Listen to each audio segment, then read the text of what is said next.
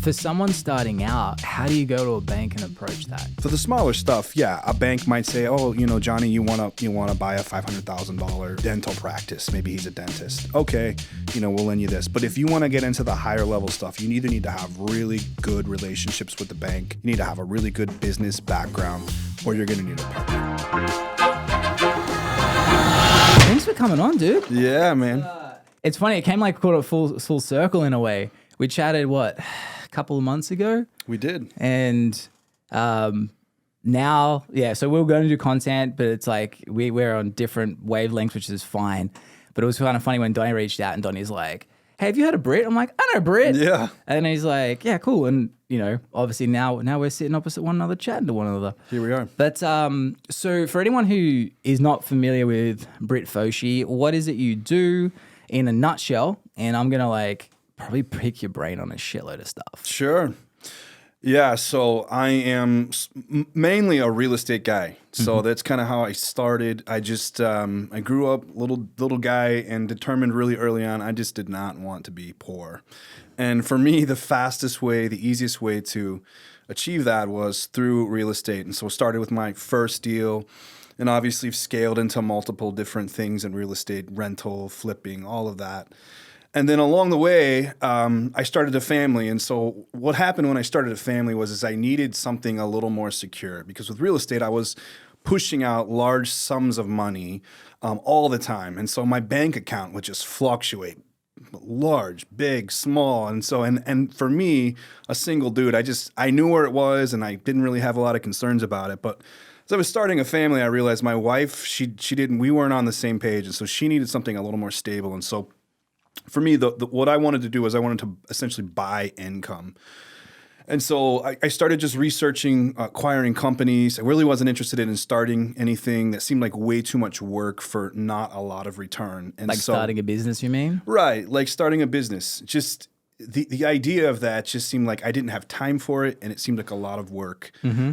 And for me, a fast track to what I was looking to do was just acquire companies. And so I wanted something reoccurring, and I wanted something that I thought that I could essentially beat my competitors in. And so I landed on landscaping. And ironically, one of my best friends is a guy who owns a $250 million a year landscaping company. Mm-hmm. And so I thought, man, I've got this connection. He's literally one of my best friends. I can lean into his knowledge. I can call him anytime I want.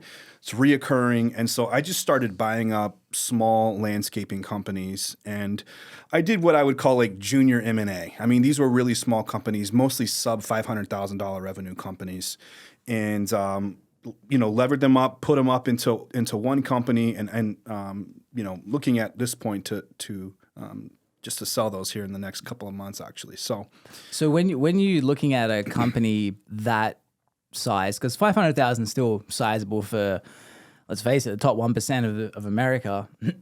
What was it? How do you build leverage to get, to acquire a company that's worth $500,000?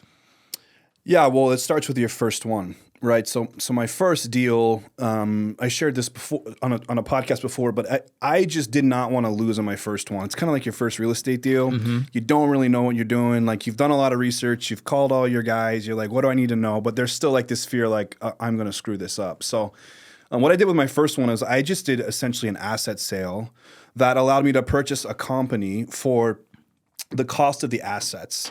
And so this was how much the assets were worth, and I was able to do that deal just for the assets. And so in my mind, I can sell this off. Things go really bad. I don't know what I'm doing. I'm a fraud. I can't do this. I can just sell the assets and then just break even, right? And then I got all of the goodwill, all of the clients, all of the personnel, all of everything else. I essentially got that for free. Mm-hmm. So once I did the first deal, for me, that kind of in some ways put my name on the map. And so literally the next deal was a phone call to me. Hey, I've got this company. It's actually a friend of mine. Hey, my friend has got this company he's thinking about selling. Would you meet with him? Sure. Met with him. Guy was dying to get out of the industry. He was moving. And so ended up doing my second deal like that. My third deal, a broker brought to me. And so for me, the way you go about it is just you really need to get your feet in the door, mm-hmm. do that first deal. And then what I've noticed is people will just start coming to you if you'll kind of put your name out there, let people know what you're doing. Yeah, so, proof of concept. Yeah. How do you So with that first deal, how did you specifically get your foot in the door for that? So this was actually an on-market deal, and I watched it. I watched the prices come down and down and down and down and down, and essentially it got to a point where it's like this is a no-brainer deal. What business was it? This was landscaping. Okay, was that wasn't the 250 million? You learned from him. I learned from him, and then acquired a similar thing. Exactly. Yeah, and he was doing large-scale M&A. So he was buying $5 million companies, $10 million companies, and so take a zero off from me essentially, and that's what I was doing. And so it was easy to lean into his knowledge. But the first deal was actually on market, and so I had reached out to the broker, and I tried to negotiate a price early on. They weren't interested, which is how it always works, right? And then they came back a couple months later, and then they were calling me, "Hey, do you still want to do that deal?" And I was like, "No, actually, the price has gone down." So we ended up just negotiating down to a price where, again, I just purchased it for the assets, and so that's all I really cared about at that point. So let's talk about the Easy Challenge. You guys probably are not aware, but I used to be a personal trainer back in Australia for about 8 years. After seeing so many clients stop training with me or stop those habits, they would just fall straight back into the things that made them gain weight almost instantly again. And so after a bunch of years, I realized it hurt me a lot more than I think it hurt them, because I just saw so much hard work go to waste. And so a couple of years into it, I started figuring out this new method that I call the 1-2 compound method. And so with that, it's about habit stacking, creating habits that will help you for years and years to come. And the best thing is it's so easy. So we've already had people lose up to 20 pounds in their first month by using the 1-2 compound method. Best part is they don't even realize that anything is happening, because it doesn't have to be this hard work. It doesn't have to be all of a sudden your life is flipping itself over, upside down, and you have to focus on 20 different things. Instead, you're gonna have a one-on-one coach who will guide you every single step of the way so that you don't have to think. All you gotta do is just do the next thing, tick that off for 30 days, and the next thing. And after time, what you will notice is the weight will just start coming off. Now, this is not just for people who are trying to lose weight, also people trying to tone or just change some habits so that they don't ever feel like they're being miserable through a diet. Because let's face it, diets do not work. So to find out more about the Easy Challenge and the 1-2 compound method, all you've got to do is head to my Instagram at Aussie Blake Doyle. Now that is OZ, or you guys call it Z, don't you? You call it Z? All right. OZ Blake Doyle. And then slide in my DMs and just write easy. Now let's get back to the show. Got you. So, for anyone who's starting out, because M&A seems like it's popping off right now. It's in 2020, 2021, 2022, everything was real estate. Everyone spoke about that. Everything on the internet was just real estate, real estate. This is why it's great. That's right. And now it's like I'm seeing people like Ryan Pineda talk about it, and he's like, "You're not going to get rich from real estate. You got to do M&A." And I'm like, "You were saying that a year ago, and now you're flipping." No pun intended, but it seems like it's the new hot thing to do. And everyone, I had some guy saw Derek Faye's podcast and reached out to me. He's like, "I want to do content." I'm like trying to find out what he does. And he's like, he's just doing all the cool topics. Like, like Alex Hormozy says, to make $1 billion, you just got to find a $6 billion company, sell it for 8 and you split. And I'm like, cool. How do you buy a $6 billion company? Like there's so many people right now that have this delusion because my friend coined it well. It's hustle porn. So we go on the internet, we see some fucking great videos. We're like, yeah, I'm going to kill it. And then you go and you don't see shit, or you don't do shit. And then all of a sudden you're like, you know what? I need some motivation. Yep. Fucking want some Alex Hormozy. Oh yeah, I'm going to kill it. And then, you go home again and fucking jerk off anyway. For people who are trying to practically extract knowledge from you, before they even go and get it, because again, most of these people are looking at hustle porn. What's your advice in order to get the stepping stones to get that first merger or acquisition? Yeah. Well, the first piece of advice would be to just hear what you just said, which is it's not easy. And so just get that out of your mind. Just start with the end in mind that this is going to be some work. And so, you can educate yourself to death. But you got to take steps, and for me, I'm more of just an action guy. I like to learn along the way. I like to be educated, but just take action. And so, and this idea that you're gonna do M&A in some industry you know nothing about, it's like, no. Like, you need to know what you're doing, or you need to be able to afford to pay an expert to tell you how to do it. And you know, if you're sitting at home with a few grand in the bank, it's not going to work. All right. You got a lot of ingredients you need to make this happen. Now you're going to need capital. And people don't realize that raising capital is basically a full-time job. Yeah. You know, these guys that make it seem like they're raising capital on the side, they're either doing that as their full-time job, or they have a team that is raising capital for them. You know, Brandon Turner from Bigger Pockets, he's not doing that on his own. He's got a team that is raising capital for him.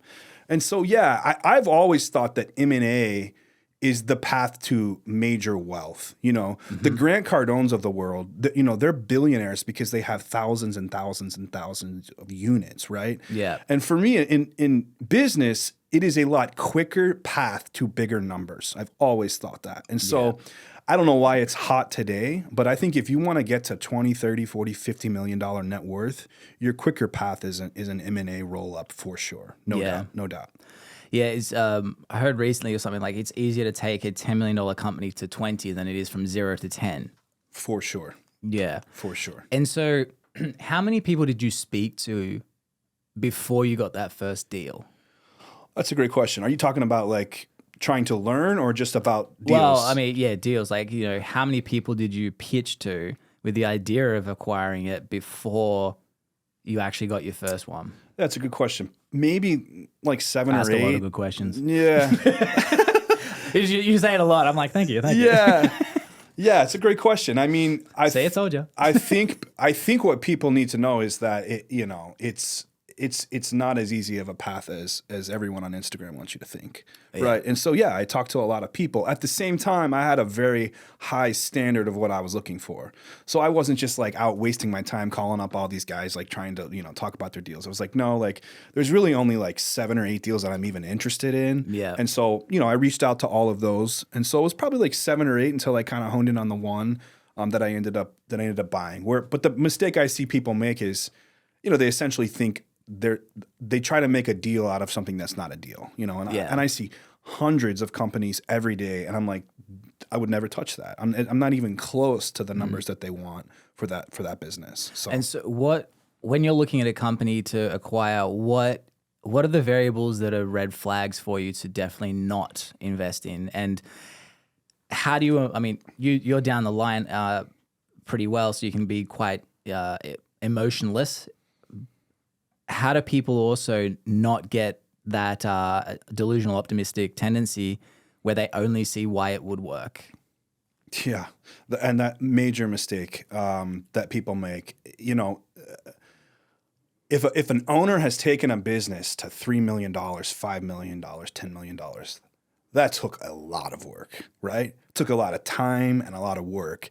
And this idea that you're going to just step in there and just like figure it all out and grow it to 20 because you're, you know, you've got 10,000 followers on Instagram is just bullshit. It's just not true.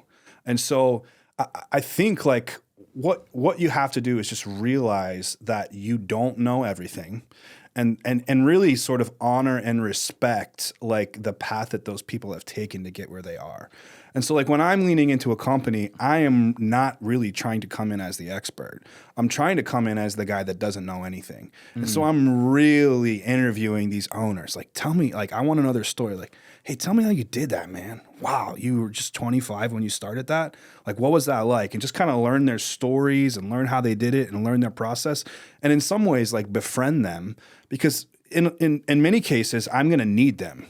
And I'm going to need them as my ally down the road when, you know, Susie, one of their clients, calls up and they want to talk to Chad, who's no longer the owner. Yeah. I'm going to be like, hey, Chad, like, how should I deal with Susie, right? Like, so I need the owner. However, you asked what the biggest red flag is. One of the biggest red flags in buying a business is actually heavy owner involvement. And so the more involved the owner is in a company, in my opinion, the less valuable it is. Yeah. And so many owners just integrate themselves in every facet of the business. So they're very involved in sales and they're very involved in the PR and they're very involved in the HR and they're very involved in the bookkeeping and their hands are in everything. And so when you rip them out, like a lot of these pieces of the business, they don't know how to operate without that owner anymore. And so that's a problem because the owner's going to go away and I'm not going to know all that the owner knew about the business. And so for me, the less the owner is involved and the more like CEO type of person he is, where he's just kind of out here calling high level shots, that business is worth a lot of money because I can be this guy. I just can't be all of these other things. For one, I don't have the knowledge that guy had, but I also just don't have the capacity to run around and be a bookkeeper and an HR guy and a PR guy and all that stuff. So. Yeah, when something takes less effort, it is worth more. That's right. Yeah, because sure. I know I've spoken to a couple of business owners and they think it's like, no, like whatever it is, let's just use lawn care. Because I've got this clientele base, they buy the clientele base. It's like, that is true. However, what if they could buy the clientele base and the execution? And I think a lot of business owners get caught up with that. And this is not just young, this is old. Maybe it's a bit of ego. They like to be important in the business. Like they want to feel like this is successful because of me. Mm-hmm. And in order for it to become more successful means you need to be able to successfully unravel that ego. That's right. And be like, hey, this can run without me. That's right. Which is weird. That ego thing, I'm like, wouldn't you want to be able to make more money and do less? Yeah. But it seems like a lot of business owners kind of like being the guy.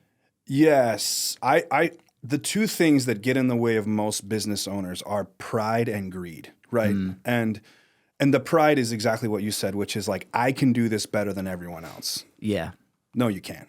Right? No, you can't. And so the second that you can just kill that pride and just know your role, like know where you end and know where you begin, know your limitations. Like, no, I do have a lot of skills, but I don't have them all. I know a lot, but I don't know everything. Right? And then greed is just this idea that I need to have everything for myself. And so you don't pay your employees well. Like you're not willing to do partnerships. Like it's like everything for me, me, me. Like those are the two biggest roadblocks that I see in like your everyday, average American business owner. It's like, bro, if you can kill those two things in yourself, kill your pride and kill your greed, like you're going to go a long way in business. Yeah. A long way. How does someone do that?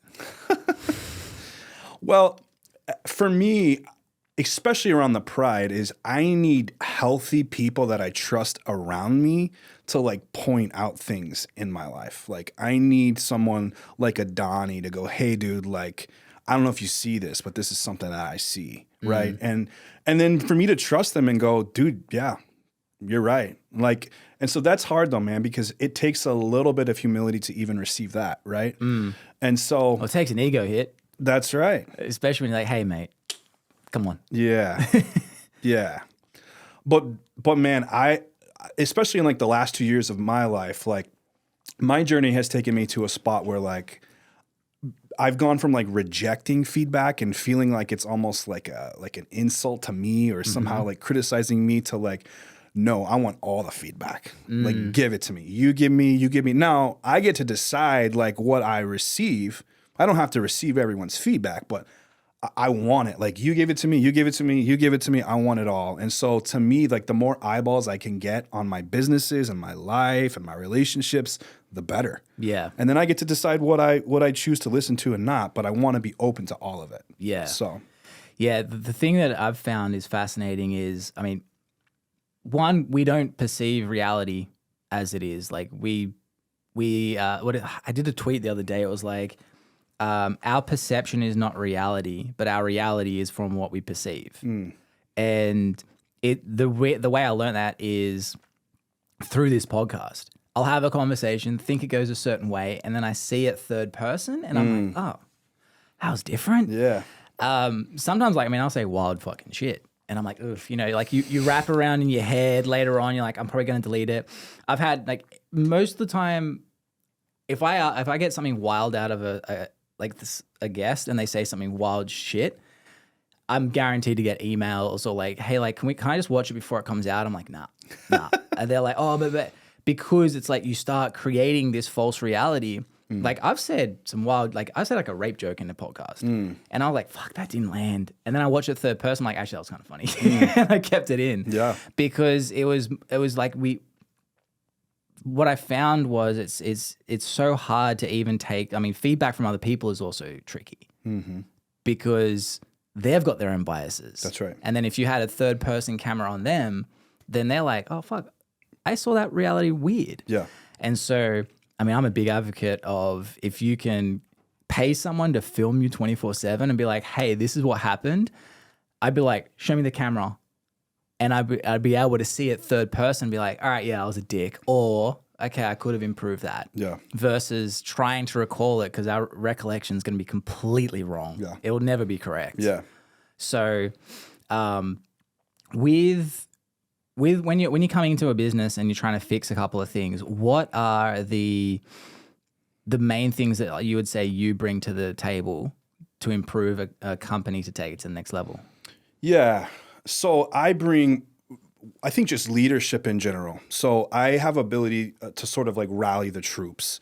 And a lot of times these owners I'm taking over for, I actually feel sad for them because they've worked really hard, just like nose to the grind, just like good people. But in sort of doing so, they just haven't led very well. Yeah. And so I can bring in leadership and vision and strategy, and I can recruit people. It's very easy for me to say, hey, like I need help with this. Would you come help me? And get people on board. And so I just bring a lot of the high level knowledge, and then I think my knowledge of numbers is above average. And so I just have ability to look at things from a numeric standpoint and just go, this should be lower and this should be higher, right? Yeah. Like our sales should be more and we're spending too much here. We got to reduce the cost here. And so I just have it comes very natural to me. Whereas, some people, you put a P&L in front of them, you put in a balance sheet in front of them, it looks like, algebra, right? For me, I can look at a P&L and in like 30 seconds, I can go, no, something's off here. Yeah. And so I don't know what that is. I think I just was born with it. I'm not sure, but yeah. And so I can come in really quickly, and even the P&Ls we get during the due diligence from a company we're buying, I can look at it and go, man, there's opportunity here. Like they are overspending here. Or like, dude, I know we can get the labor down. Like I can see what they're producing and I can see how much they're spending in labor. I know we can be more efficient here. And so even in the purchasing of businesses, I can spot some inefficiencies, which in some way gives me a leg up on the buying process, right? Because I can see potential maybe in areas that other people cannot. Yeah. And so that's essentially what I think I bring. How much do you look into the intangible stuff that financially doesn't make sense, but that is the thing that makes the success of a business? Yeah, a lot. I think that the goodwill of the company, which is what it's called, which is like the name and like the social media presence and even just the presence in the community. Does it have a bad rap in the community? I mean, those are all very, very important, And a lot of the companies I'm buying are small enough to where it's less important. We're not talking the Amazons of the world. We're talking about like Jimmy's mowing service, right? And so it matters less in the world I play in, but as you get bigger and bigger, those types of things matter more and more and more. Yeah. Absolutely. Well, because intangibles like a mowing business, still rapport with people, like the customers, because you can come to a good job, but if they feel like they could jump from Jimmy and go to Joey down the road because it's like, yeah, look, he does an okay job, but he's got some funny stories. Sure. So, because like one of the examples that comes to mind with is Planet Hollywood. Okay. When they went public is the time that they went under, was because each location was like, Planet Hollywood Tokyo, Planet Hollywood Denver, and you would go there and each one would have a like bomber jacket and different pieces of souvenirs that were like, it would have Tokyo on the back, Denver on the back. That obviously when they looked at a P&L, it was like, this is ridiculous spending of money. We could just have Planet Hollywood and have the same thing in every single place and bring down our costs. What they noticed was all of a sudden, if I was traveling to Tokyo, there was no need. Like I've been to Planet Hollywood Vegas. Yep. I don't have to go to Tokyo. You actually understood what everything was in English. Yeah, it was like it's what has happened with the franchising system in America, which is everything's the same. Like I can guarantee if I go to any half-developed city in America, there's gonna be McDonald's, KFC, Chick-fil-A, Walmart. there's going to be the same shit. Yep. Versus if I'm traveling, I would love what Planet Hollywood used to do, which is like, oh, I'm going to go check it and I'm going to buy, like collecting the bomber jackets was a thing for a lot of people. But within a couple of years, Planet Hollywood went pff, because they didn't have that novelty, which again, financially doesn't make sense, Sure. but it was bringing in additional business. That's why I brought that up was it'd be interesting to see if there's like, I don't know how you would do it and if you might have an answer.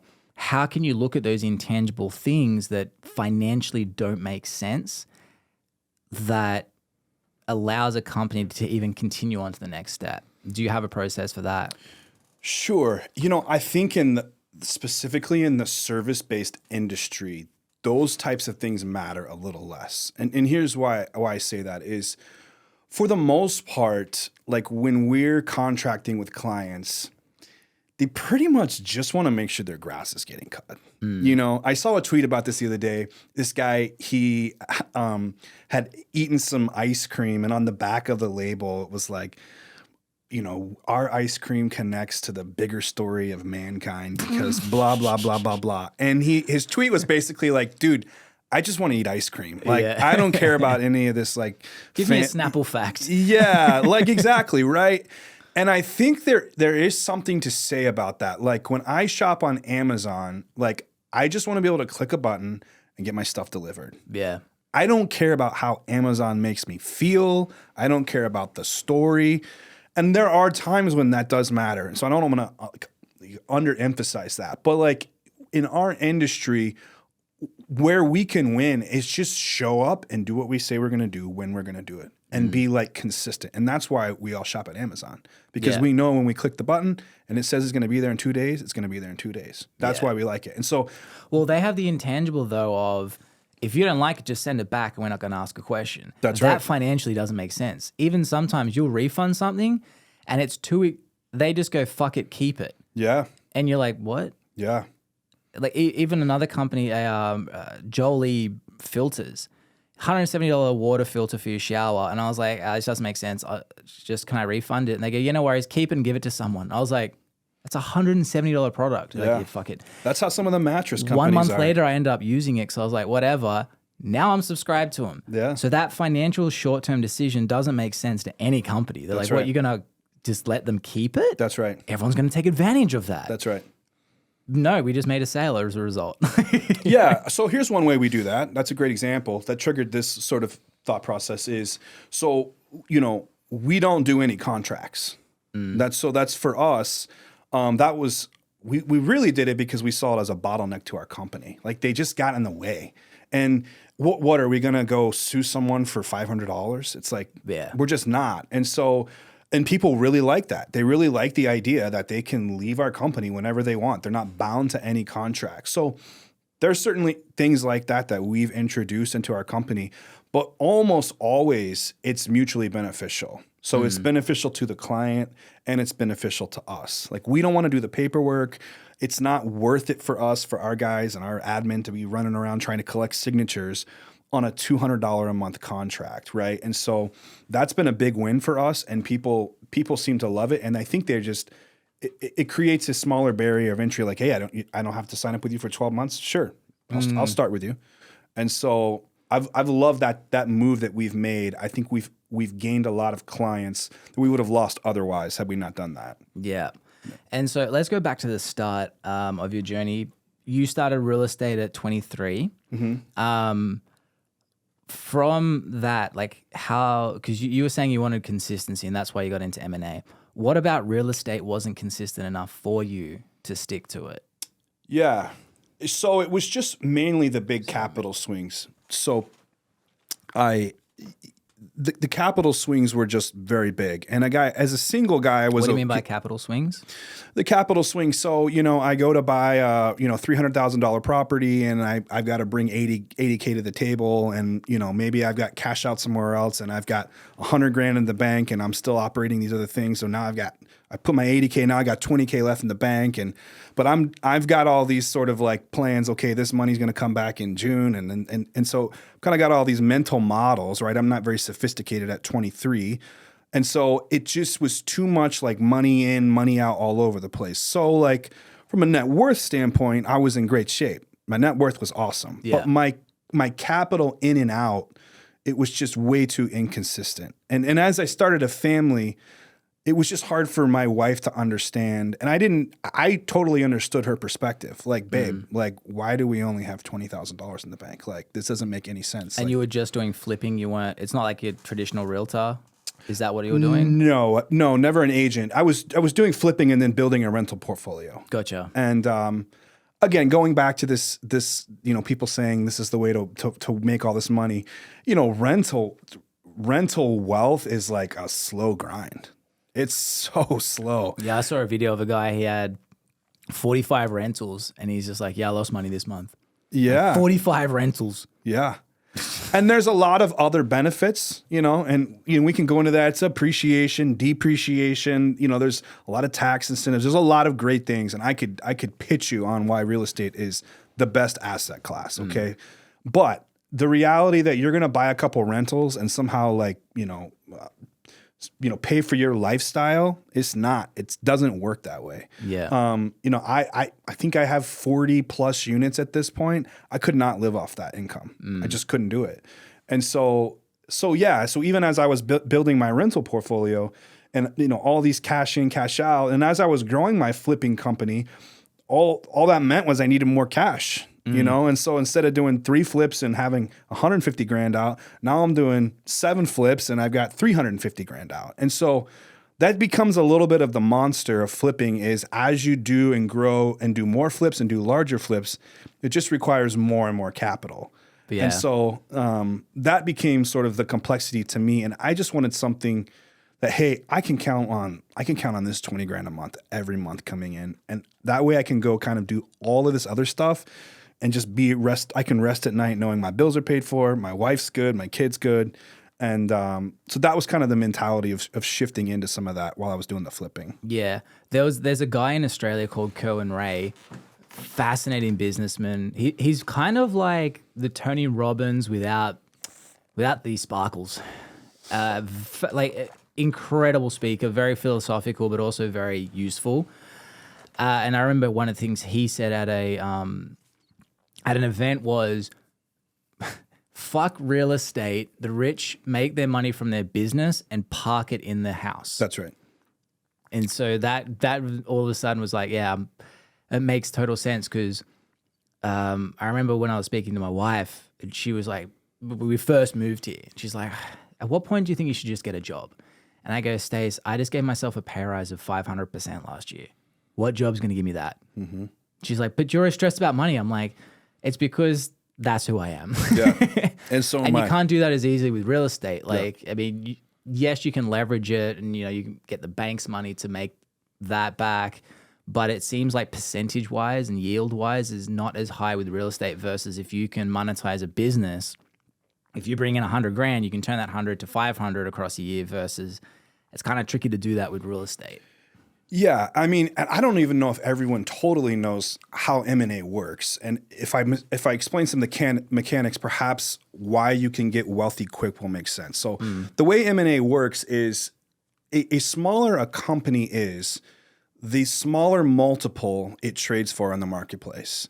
Meaning if a company has $1 million EBITDA, it might trade for 3 to 5 times earnings, right? So that company might be worth $3 to $5 million. And it depends on a lot of things. It depends on the marketplace, depends on the conditions of the market, depends on what industry it's in. There's a lot of factors, but the market generally determines what the multiple is. However, when you go to a $10 million EBITDA company, now that all of a sudden those companies are going to trade for 7 to 10 times earnings. So that 10 even if it's the same company, even if it's the earnings different, even if it's the same exact company. What's the reason for that? It's efficiency of capital. So, billion-dollar players are not interested in playing in the $1 million EBITDA world. And they're really not interested in playing in the $10 million EBITDA world either. They're probably interested in more like the $50 to $70 million EBITDA world. Yeah. And so it's efficiency of capital for them. So they're bigger sharks and they're willing to pay more to have to do less work. And think about it this way. think about if you and I were to do a business deal and we were to try to get to 10 million by doing the M&A of $1 million EBITDA businesses. Well, that would take a lot of work. Well, because it would take a lot of work, that $10 million EBITDA would trade for more. All right. But here's where the numbers get really mind blowing. So let's say I have a base company, and let's just pick an industry. I start out in HVAC, and I start with just like a base company, and that company's doing $10 million in EBITDA a year. What's EBITDA for people who are not familiar with that? So EBITDA is earnings before interest, taxes, depreciation, and amortization. Basically, an easy way to think about it, it's oversimplified way to think about it is net income. Yep. Okay. So let's say we start with that company, like me and you, let's do this together, Blake. So me and you, we have an HVAC company. It's doing $10 million a year in EBITDA. That's a big company, by the way, big HVAC company. And let's say that HVAC company trades at, let's say it trades at 7 times earnings. Okay. Well, you and I, we can go out in the marketplace and we can go buy a $1 million EBITDA company, and we can pay 3 times earnings. The day that we take that company and we attach it to our company, that 3 times earnings is now worth 7 times earnings. So that $1 million of EBITDA is, instead of being worth $3 million, is now worth $7 million. And all that we did was just bring it into our company. And so this is why M&A is the fastest track really to high net worth, because you can literally double your money overnight. And when I say double your money, you're not even doubling your money, because you and I, we're smart enough to know to go to the bank to get financing to buy the $1 million EBITDA company. And now we attach it and it's worth literally twice as much as when we bought it. Yeah. That's why it's powerful. For someone starting out, how do you go to a bank and approach that? You're going to need a partner, probably. Yeah. I mean, for the smaller stuff, yeah, a bank might say, "Oh, Johnny, you want to buy a $500,000, dental practice. Maybe he's a dentist. Okay, we'll lend you this." But if you want to get into the higher level stuff, you either need to have really good relationships with the bank, you need to have a really good business background, or you're going to need a partner.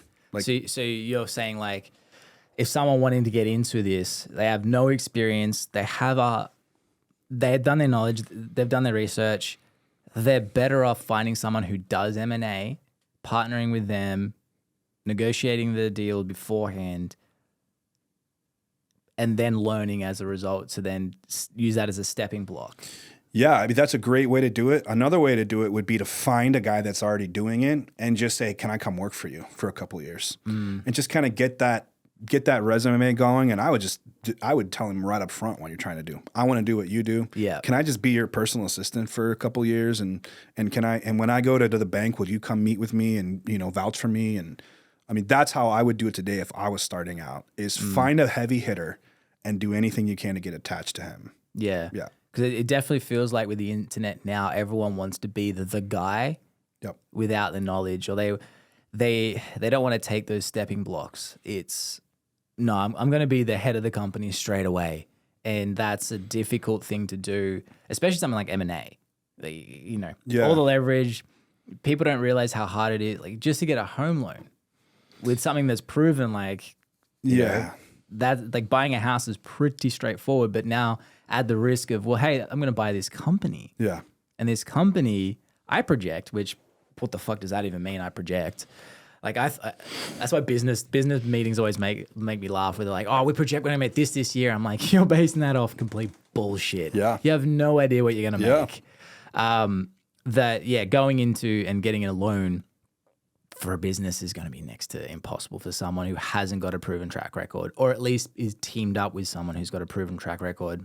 Yeah, it's not going to happen. Yeah. It's not going to happen. I mean, if a 25-year-old walks into a bank and it wants to get a, $1 million business loan, Good fucking luck. they're going to say, "See you later, dude." Yeah. And so,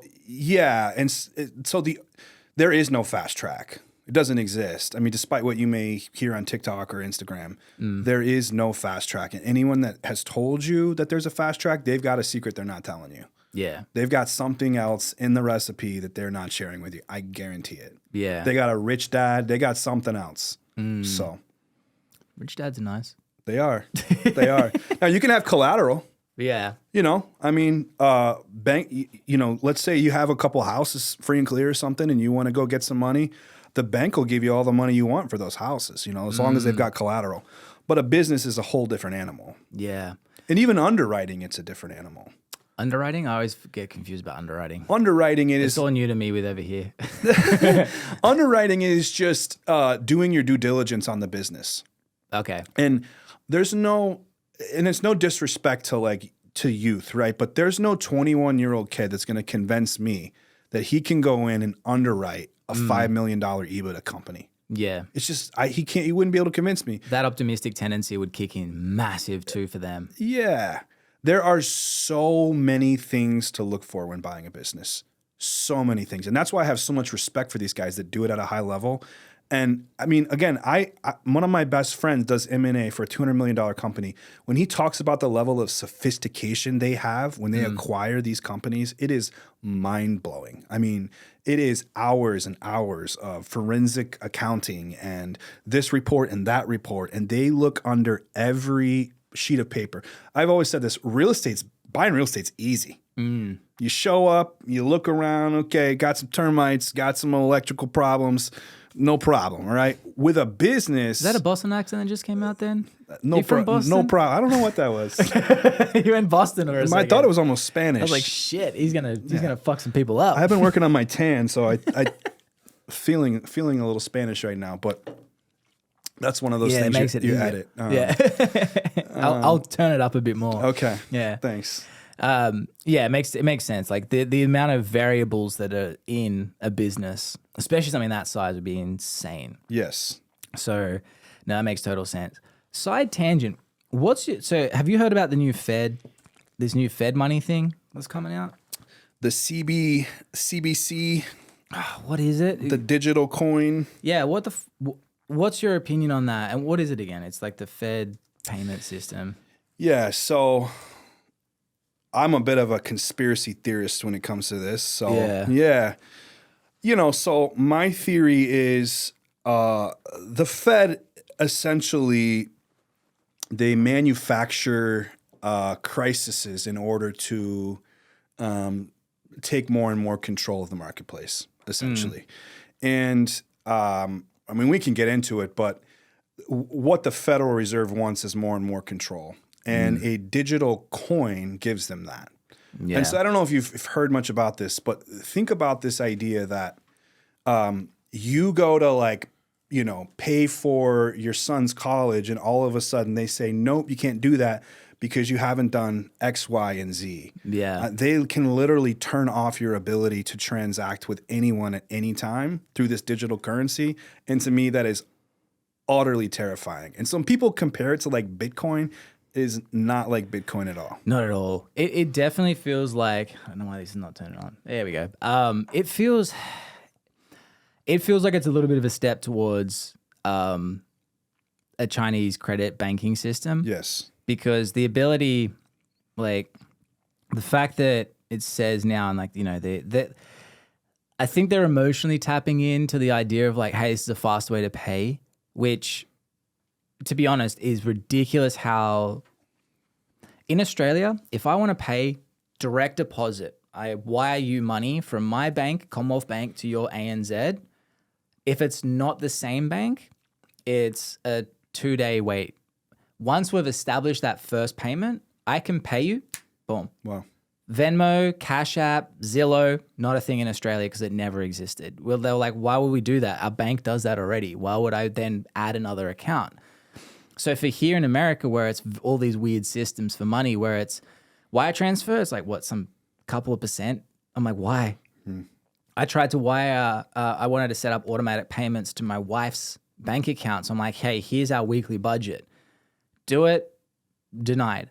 Oh, it's not a bank account with your name on it. I'm like, but I'm authorizing my money. They're like, yeah, we can't do it unless your name's on the bank account. Yeah. And then all these weird systems where I'm like, the technology is already there because I've lived it my whole life in Australia. That this bullshit thing with FedNow just seems like, hey, look, we've got a faster way to pay. It's like, it's already existed. Yeah. This is just a way for you to get in the way and control every single payment, which does feel like a China move. Yeah. That sounds racist, but you know what I mean. Yeah. It just sounds like the next step to being like, oh, hey, you posted on your Instagram story, fuck Biden. It's a shame, Blake. You can't actually go through this toll now as a result. So you'll have to go the long way. It just feels like it's a step towards that makes me very concerned. Like, you know, and the way I love how they try and make it look like, yeah, it's like, you know, FedNow services and instant payment infrastructure, blah, blah, blah. But you also don't have a choice. At least with Bitcoin, I have a choice. Yeah. You know? Yeah, that's the premise of Bitcoin, which is like autonomy and freedom. This is literally the opposite of this. Yeah. This is control, and yeah, I mean this is very scary. I think the other piece of this is these are not dummies that are doing all of this. And so I don't think it's going to be a process where they just spring it on us overnight. It's going to be the slow cook. You know, how do you kill a frog? You know, boil, you know, right? So well, it's like the Patriot Act. It seems good at the time, and then you find out that, hey, we're still spying on you, just so you know. That's right. It's yeah, and the fact that like I said, it seems like there's a lot of things happening now that is not really our choice, and it's a scary step forward. And the fact that, you know, they always talk about democracy and all this sort of jazz, and like I'm not shitting just on America.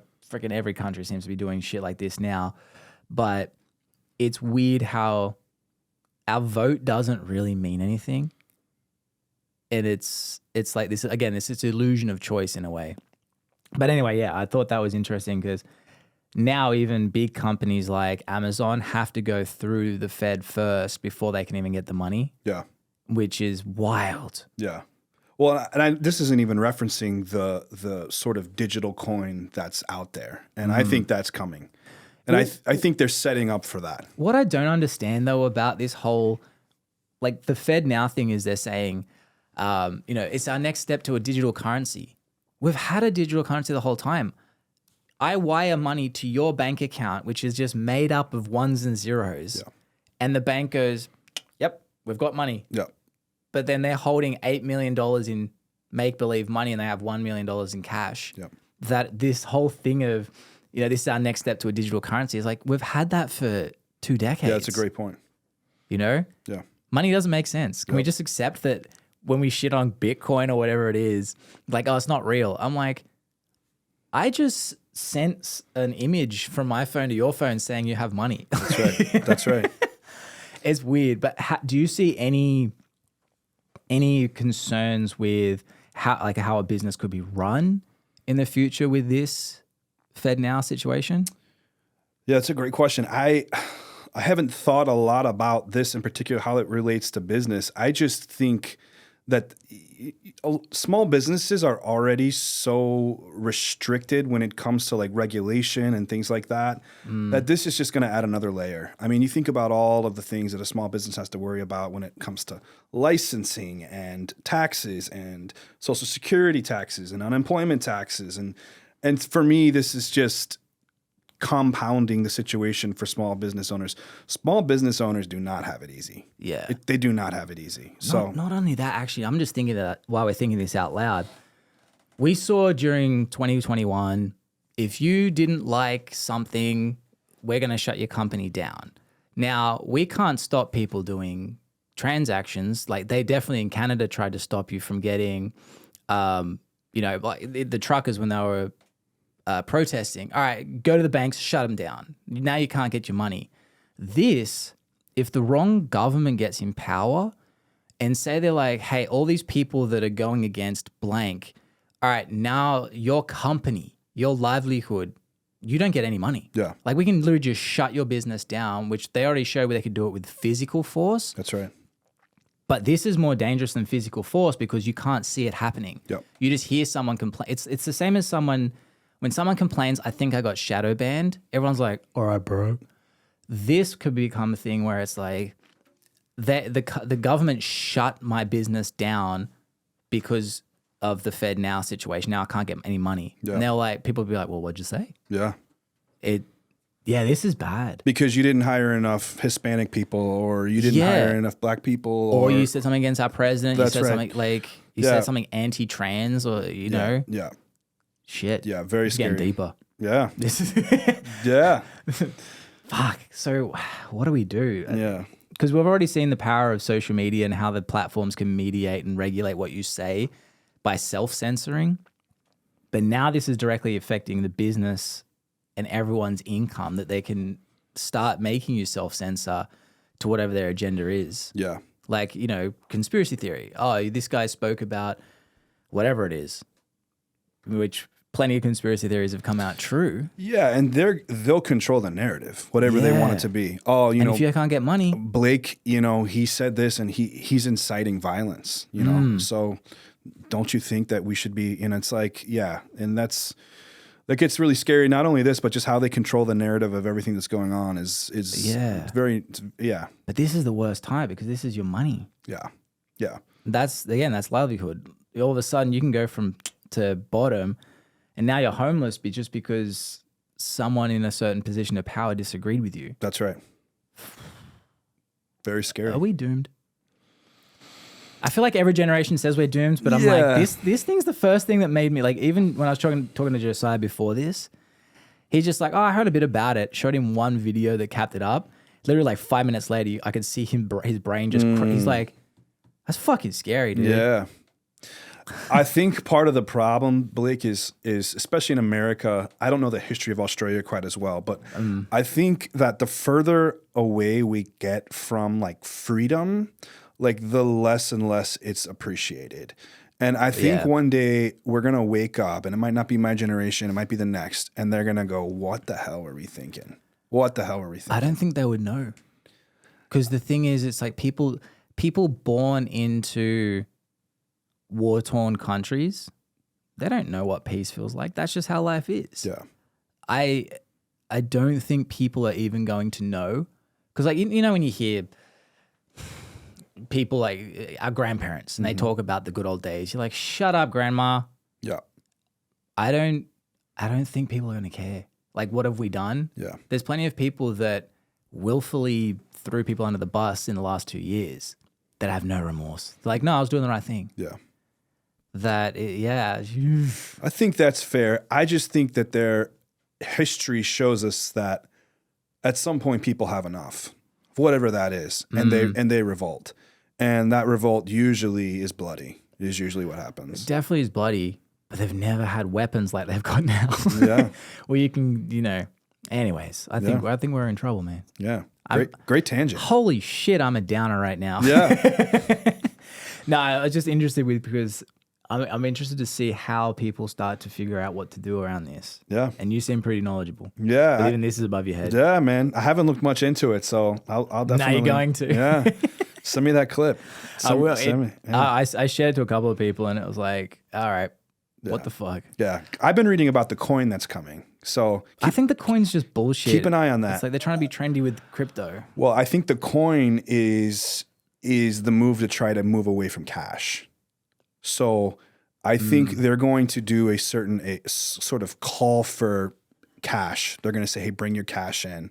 And I actually think they're going to, in some ways, incentivize it. And so I think they might say, hey, something like, you know, bring $1 of cash and we'll give you $2 of like this of coin. make-believe money. And so people, like, especially in poor situations, are going to be like, why wouldn't I do this? And I think they're just going to try to siphon the cash out of society. Yeah. And that will lead us to more and more of this.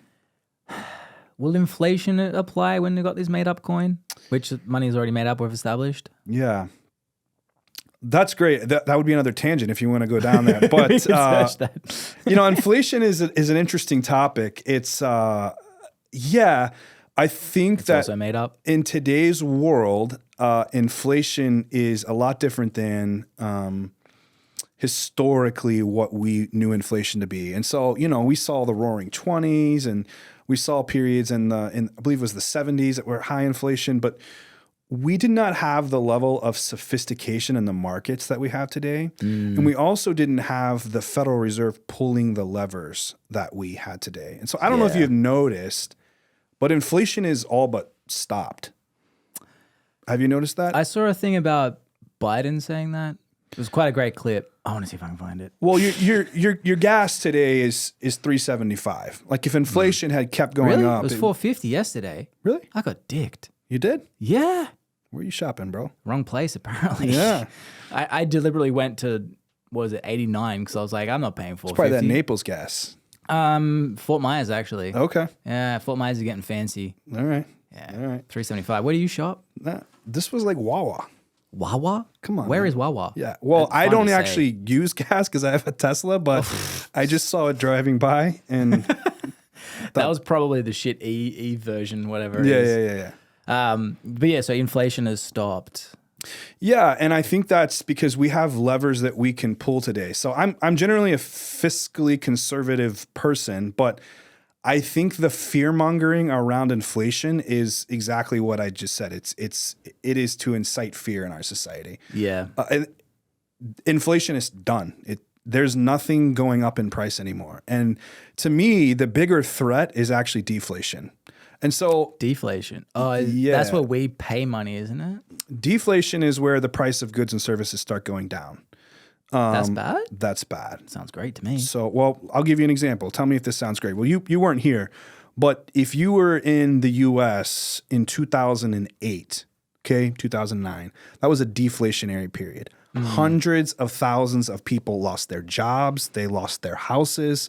Like literally life as we knew it, those couple of years were, I would say it was the equivalent of a modern Great Depression, okay? Yep. And so you tell me what's worse, 2008 and 2009 or 2020, 2021. Give me 2020, 2021 every day over 2008 and 2009. So I'm not saying that inflation is good.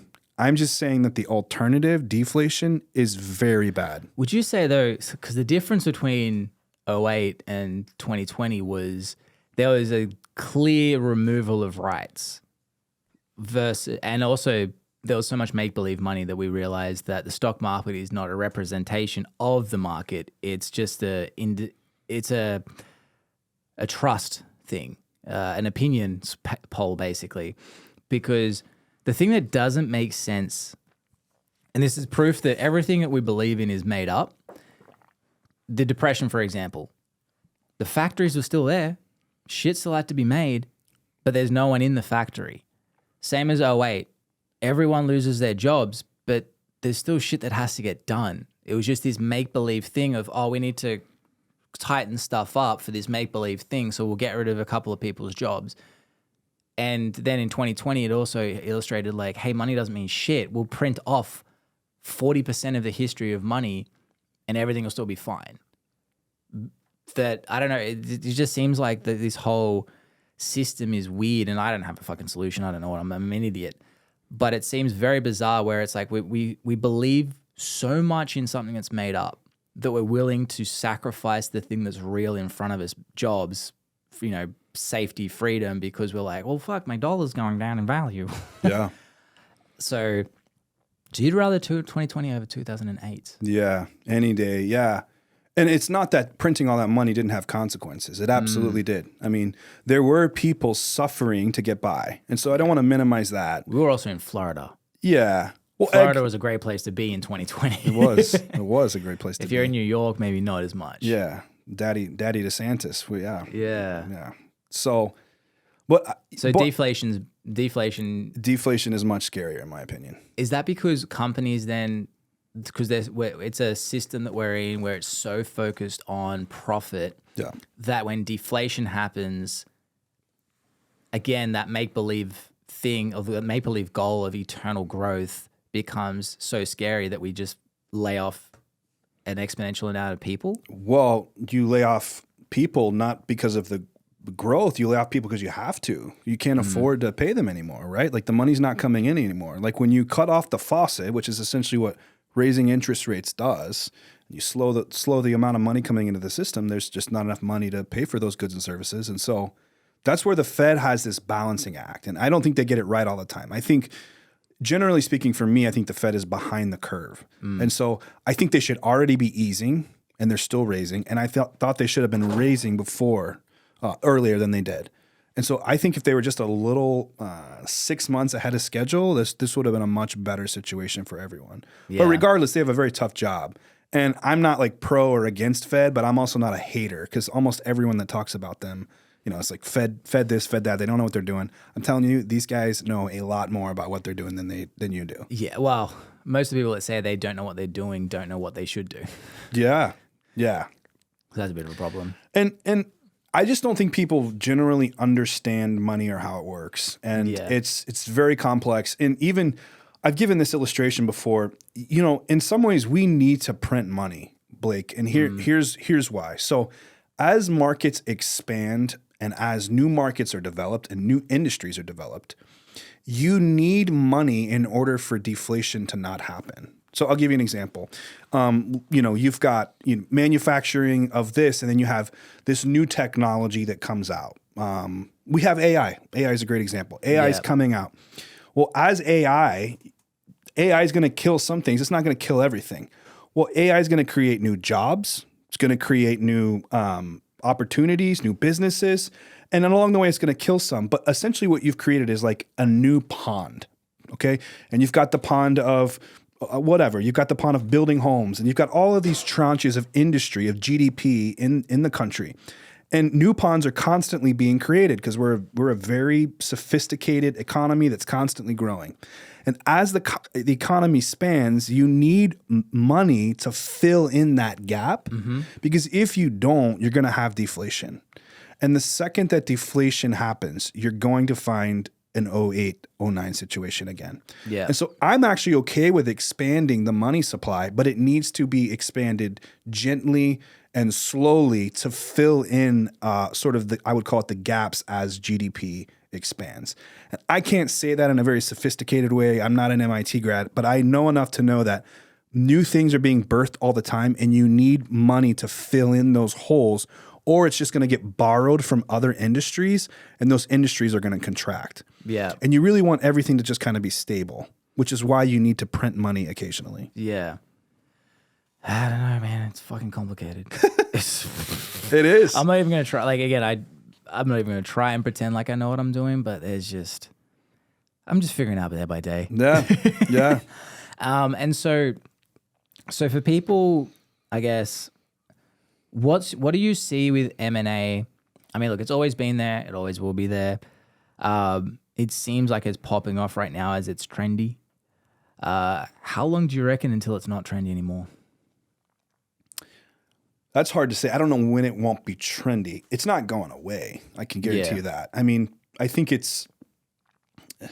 think it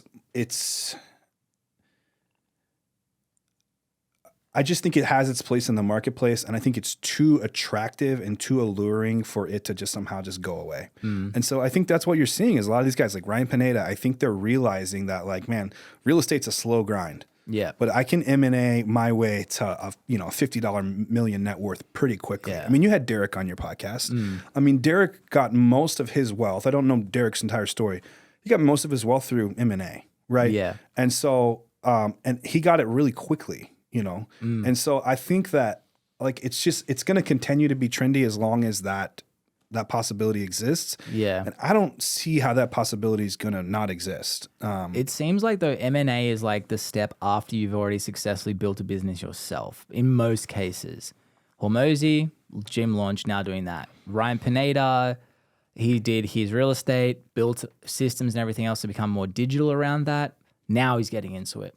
Brad Lee, even Derek Fay successfully built the gym himself and, a small franchise, which was a very great exit for him. He had done a lot of like deals and that before, but the real success of M&A for him came after grinding for, I think it was like 8 years with the gym, and then was like, cool, I know how to, build it and put the right people in place. That I think what is happening usually is like people want to get to the 10th floor in the building, but they don't want to take the stairs. They're just like, no, that's where I'm going to be. And then you see them and they're like, oh no, that didn't work. I'm going to go for that building over there this time. Yeah. Versus, all right, shit, there's level 10. That's going to take, let's say 10 years conservative, probably longer. All right, the first year I have to like habit stack. Yep. I got to do this for a year. This is going to suck. And then boom. And then that it feels like this whole, like social media is just a magnifying glass on the people that, it's a magnifying glass on people and our habits.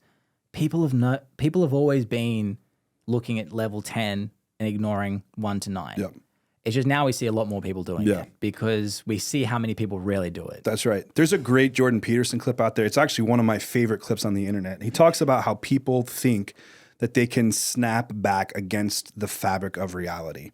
And he pushes back and he says, I've been doing life a long time. And he says, I've never seen anyone snap the curtain of reality and be able to like fit it and mold it into however they want. He said that it might look like they do in the short term. But he's like, if you watch their story long enough, what you'll always find is it always comes back to get them. And so for me, like there is no one out there that can forego the work. It just can't happen. It's like built into the fabric of reality that you have to work in order to get results. And it might look in the short term like you're doing well, but in the end, it will come back to haunt you if you don't put in the steps. It absolutely will. So yeah, kudos to these guys like Derek and Hormozy and all these guys that have like put in the work to learn how to run a business and then go do M&A. The only way you're going to not be able to model what they did would be, again, to just find a partnership or go to work to a firm that does it exclusively. Like, that's the only way. And then what you're doing then is borrowing those people's knowledge. Exactly. Which is great. Do that. Yeah. But that's putting in the work, right? So yeah. I think people as well, like one shift that recently happened for me was focus on, I'm obsessed with learning and executing, and then the money comes. Whereas I think we get in a rush, we want the money that will forego the knowledge and the execution for people. Like if I'm not delivering, no one's going to tell people about me. Right. So, you know, like we're at this point right now, similar thing where it's, all right, I've got to X amount a month. Great.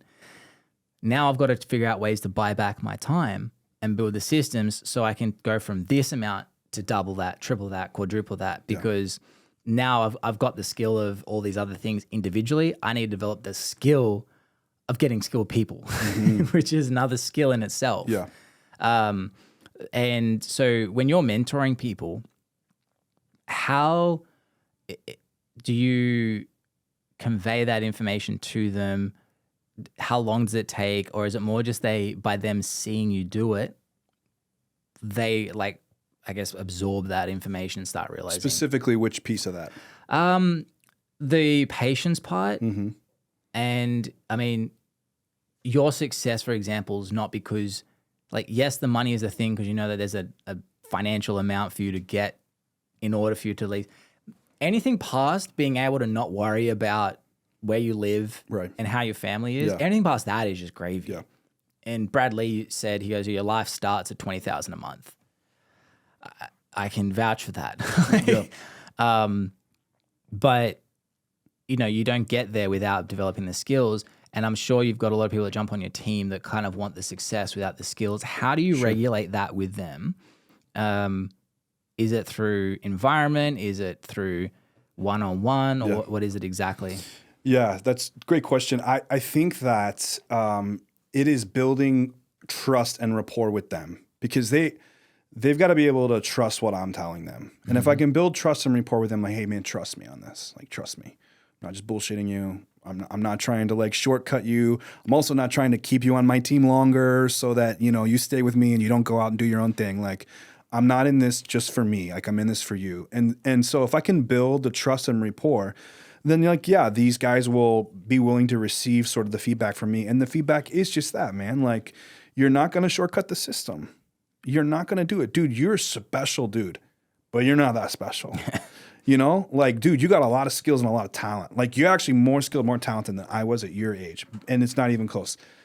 You're still not going to shortcut the system. Yeah. And so if you can kind of just get them to buy into the grind and sort of the long-term game, but man, it's hard. It's hard with 23-year-olds, 25-year-olds. But I think to me, that's where it comes like actually really digging into the person. And this is where businessmen really miss it because we get so caught up in the numbers and the business and the grind that we just miss the people. Yeah. We just miss the people around us. And so one of the things I like to do with my guys is I just like to like get to know them, get to know like their lives, what they're passionate about, the things that they like doing, the things they don't like doing, the things that make them scared, the things that make them happy, the things that make them sad. And so the more that I can like connect and relate to them, the more I'm going to have ability to like speak really good truth into their lives. Because listen, I need guys in my life that are going to speak truth to me. Those guys need me. Right. And I don't say that in an arrogant way. They need me to go, hey, man, like, be patient. You're doing great, dude. You're doing a great job. Just stay on this path. And if I can give them that, like, that's what they need. And I need other guys to do that for me. Because I do the same thing that they do at 38. Looks a little different. It's not quite the same. But I'm doing the same thing. I'm going, I gotta get more. I gotta get to 10 million. I gotta get to 30 million. It's like I need people to go, hey, man, you're doing a great job. Bro, look where you were 5 years ago. Unbelievable. Keep up the grind, stay humble. And so we all need the same thing. And so I just want to be able to give that to them. And the only way I can do that is to like build a relationship with them. Yeah. So do you ever look at, like, I try and look at life as like a jigsaw puzzle. So, you know, everyone when they start out, like the goal is like 10 grand a month. Like, I don't know why that's the number, but it is. Then you get there and obviously like, that's not enough. But what I started looking at differently because, like, again, I can grind, make plenty more than that. But I noticed that there's an element of loneliness. There's an element of, you know, having a family. There's also shit I want to do that is outside of just make a certain amount in my bank account. So I've started implementing different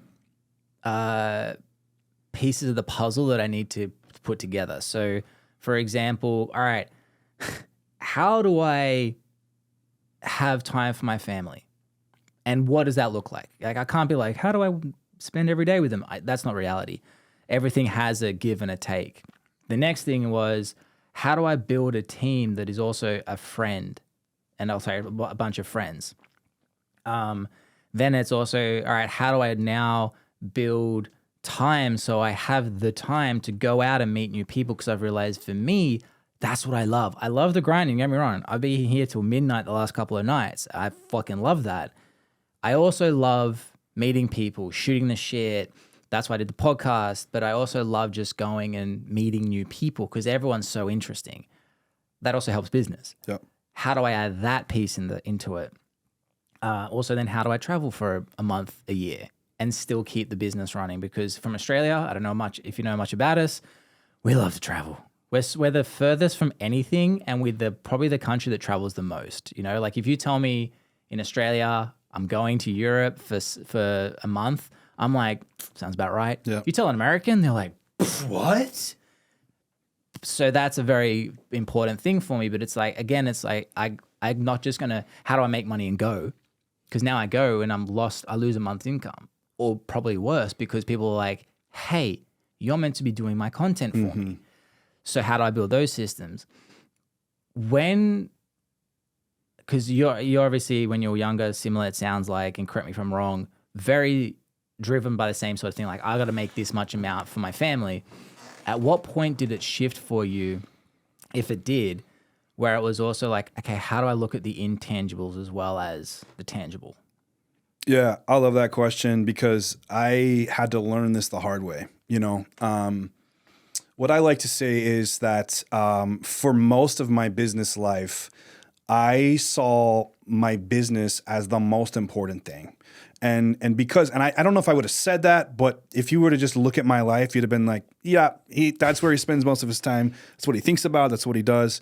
And essentially what that meant was that the things around it, like, they died essentially. Mm-hmm. And I would even use that language to describe myself.